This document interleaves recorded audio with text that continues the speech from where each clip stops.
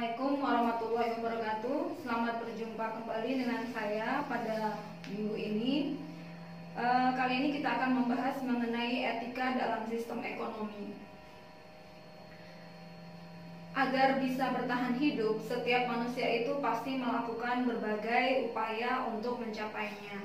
Tidak terkecuali dalam hal juga melakukan aktivitas ekonomi sebagai salah satu cara untuk pemenuhan kebutuhan hidup seperti sandang, pangan, dan papan. Itu harus ditempuh melalui kerja-kerja ekonomi. Namun dalam menjalani proses kegiatan ekonomi itu manusia seringkali melanggar etika. Contohnya adanya praktik monopoli dagang, penipuan, dan praktek-praktik bisnis tidak etis lainnya.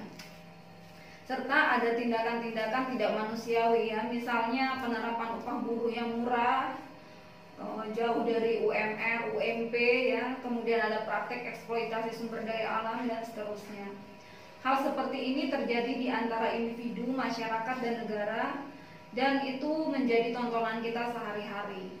Akibatnya kekayaan ekonomi yang harusnya bisa membuat hidup manusia itu menjadi sejahtera, makmur, dan damai, malah seringkalinya membawa malapetaka seperti adanya kesenjangan sosial, kemiskinan, ketidakadilan.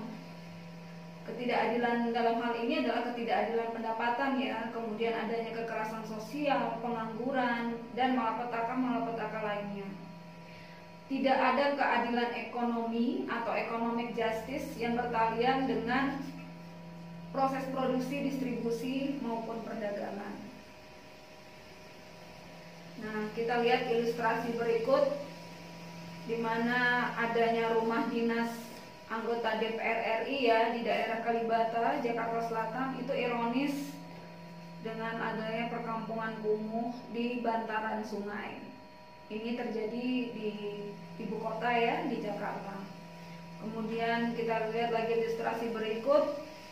Pemerintah membiarkan rakyat dalam kehidupan miskin dengan menaikkan harga-harga.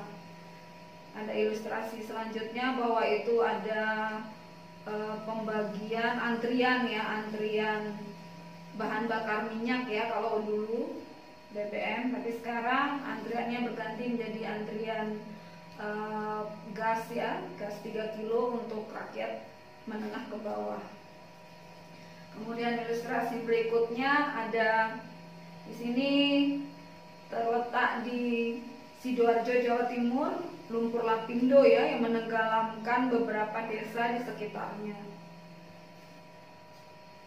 Nah, tidak jarang bentuk pelanggaran dalam aktivitas ekonomi itu terinspirasi oleh literatur atau buku-buku tentang ekonomi yang beredar di masyarakat, di mana buku-buku tersebut, literatur tersebut itu lebih banyak didominasi dari pemikiran ekonomi barat, ekonomi negara-negara berkembang di luar sana, terutama ekonomi kapitalisme, di mana ekonomi kapitalisme itu menempatkan mekanisme persaingan dan pasar bebas itu bersemangat liberalistis, individualistis, bukan semangat kerjasama.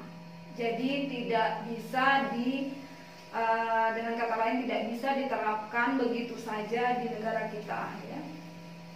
Dalam era pasar bebas atau globalisasi, etika ekonomi itu dihadapkan pada fakta di mana pemerasan tenaga kerja untuk menaikkan produksi ataupun mengganti bahan baku dengan mutu yang lebih jelek untuk menaikkan laba. Ini sudah bukan rahasia lagi. Kemudian di mana adanya distribusi barang dan jasa yang tidak merata, hanya bisa diakses oleh kelompok atau pihak tertentu, bahkan hanya bisa didapatkan di daerah-daerah tertentu saja. Kemudian kue ekonomi itu tidak dapat dibagi rata secara adil terkait dengan perdagangan ekspor dan impor komoditi. Bagaimana kaitannya antara bisnis dengan etika? Nah, bisnis ini berkembang menjadi sebuah profesi yang luhur dan etis. Artinya, bisnis perlu dijalankan secara etis, memiliki etika. Dalam dunia bisnis, etika itu hal yang sangat diperlukan untuk membantu mengelola serta menjalankan. Sebagai makhluk sosial tentunya kita itu tidak bisa hidup sendiri dan menjalin hubungan dengan sesama Untuk menjalin hubungan tersebut, ada nilai yang tergabung dan tata cara hidup dalam lingkungan bermasyarakat atau biasa disebut dengan etika. Etika yang baik tentunya akan membantu kita dalam mengembangkan bisnis itu dengan lebih mudah. Nah, bagaimana pengertian dari etika bisnis itu sendiri? Jadi di sini etika bisnis itu aturan yang tidak tertulis ya, soal cara menjalankannya dengan adil dan sudah sesuai dengan hukum yang berlaku di negara, serta tidak tergantung pada kedudukan individu atau perusahaannya di dalam masyarakat. Jadi etika bisnis itu tidak tercantum secara tertulis, tapi itu ada dan penting. Berikut ini ada beberapa ahli yang mengutarakan pendapatnya mengenai apa itu etika bisnis. Ini ada State et al., di mana etika bisnis adalah standar etika yang berkaitan dengan tujuan dan cara membuat keputusan bisnis.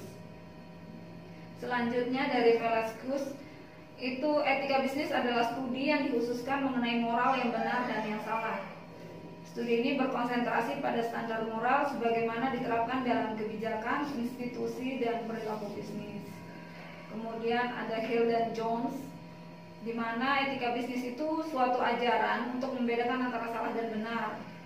Ini mirip ya dengan Velasquez tadi, di mana hal tersebut dapat memberikan pembekalan kepada setiap pemimpin perusahaan ketika mempertimbangkan untuk mengambil keputusan strategis yang terkait dengan masalah moral yang kompleks.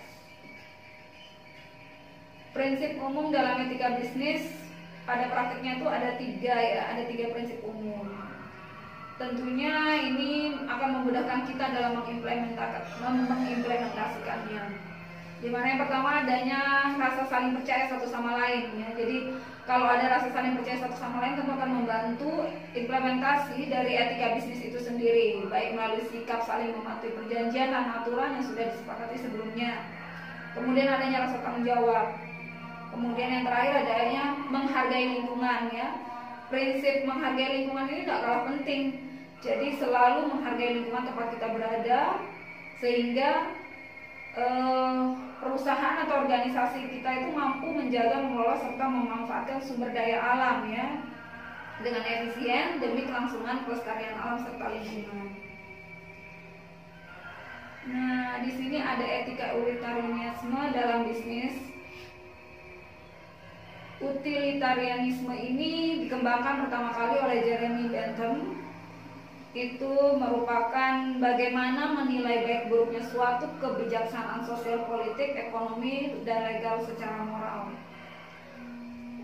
Utilitarianisme itu suatu ide atau faham ya dalam falsafah moral, di mana menekankan prinsip manfaat atau kegunaan dalam menilai suatu tindakan sebagai prinsip moral yang paling dasar. Teori ini mengatakan bahwa suatu kegiatan bisnis yang baik dilakukan jika bisa memberikan manfaat kepada sebagian besar konsumen atau masyarakat.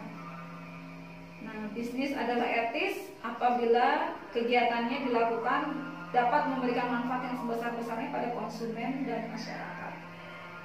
Jadi kebijaksanaan atau tindakan bisnis yang baik itu menghasilkan berbagai hal yang baik, bukan sebaliknya menimbulkan kerugian ya, seperti tadi contohnya ya lumpur lapindo di Sidoarjo itu ya. Nah, pebisnis sebaiknya merupakan kriteria etika utilitarianisme yang menjadi dasar utama dalam penyusunan program atau perencanaan, khususnya suatu kegiatan mengenai kepentingan orang banyak seperti konsumen, masyarakat, ataupun karyawan dari perusahaan itu sendiri. Ketika menerapkan etika ini tentunya ada kesulitan, di mana sebenarnya manfaat dari utilitarianisme ini mengutamakan kepentingan masyarakat luas ya. Itu konsepnya bernilai tinggi. Tapi dalam praktek bisnis itu menimbulkan kesulitan bagi pelaku bisnis. Karena biasanya pebisnis yang merasa kesulitan itu ya biasanya mereka memiliki level intelektual dan moralitas rendah. Dia akan sulit menentukan mana yang harus dia dahulukan, apakah kepentingan konsumen, masyarakat, karyawan, atau dirinya sendiri. Tapi sebaliknya, kalau kaum intelektual seharusnya selalu mendahulukan kepentingan masyarakat daripada kepentingannya sendiri. Lalu bagaimana penerapan sistem ekonomi di Indonesia? Sistem ekonomi Indonesia itu seperti apa? Sampai dalam perjalanan Indonesia merdeka hingga saat ini, sistem ekonomi yang dipakai, yang diterapkan itu sebaiknya merujuk kepada Pancasila, sehingga dinamakan sistem ekonomi Pancasila ya. Nah, gagasan ini diungkapkan oleh seorang ekonom dari UGM sekitar tahun 1980-an ya, Prof. Mubiarto.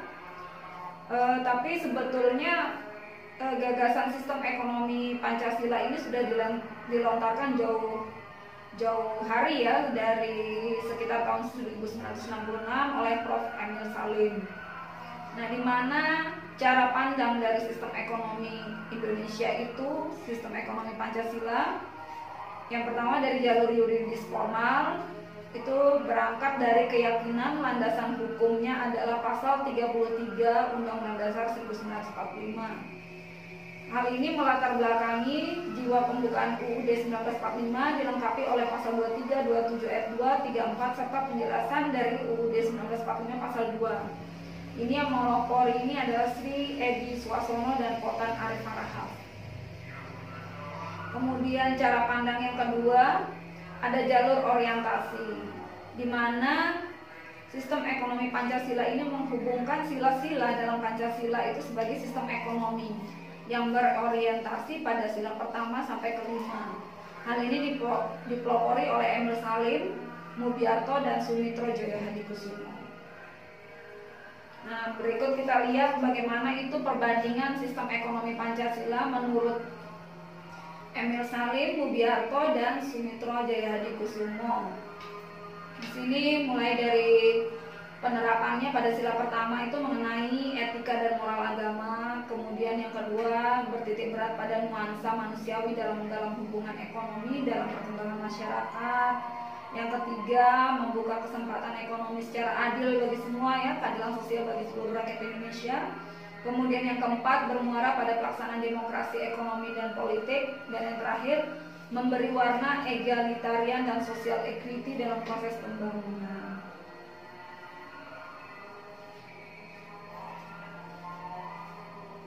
Kemudian bagaimana dengan kondisi saat ini? Sistem ekonomi apa yang berlangsung saat ini dan tergolong dalam sistem ekonomi apa ya? Nah, sistem ekonomi Indonesia itu bukan sistem kapitalisme maupun sosialisme ya, seperti di luar. Nah, jika mengacu pada sistem ekonomi Pancasila, di mana sistem ekonomi pasar dengan unsur perencanaan.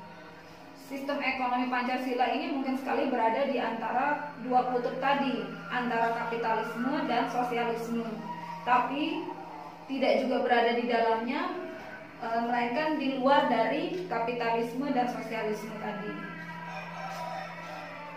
Ada pendapat dari Kwi Kian Gi menyebutkan bahwa sistem ekonomi yang dianut oleh Indonesia itu serba bukan atau paham bukan isme ya, bukan isme.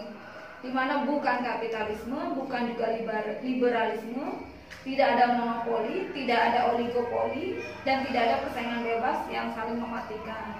Itu pendapat dari Kwi Kian Gi tahun 1996. Kemudian yang kedua, ada sistem ekonomi dalam dataran normatif maupun dataran positif.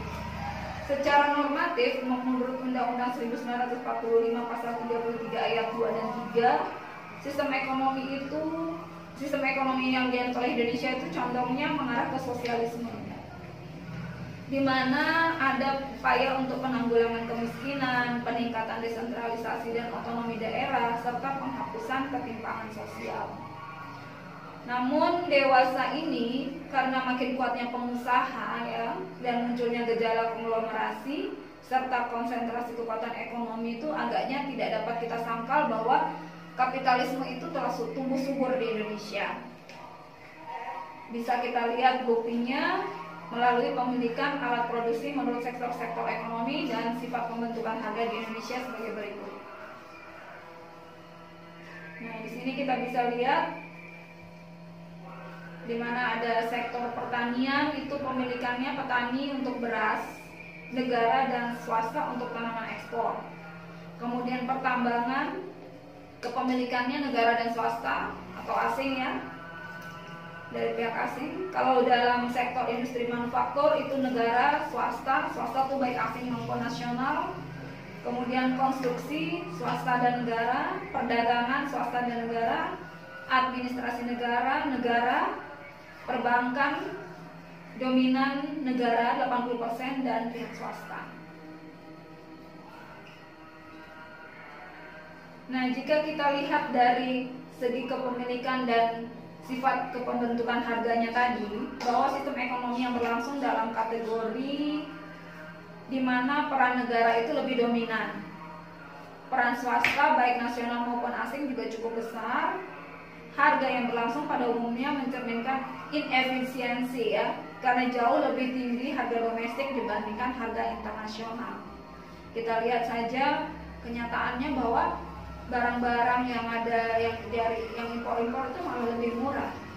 Justru masyarakat lebih senang membeli yang impor ya, karena harganya jauh lebih murah, walaupun didatangkannya mungkin memakan waktu yang tidak sebentar.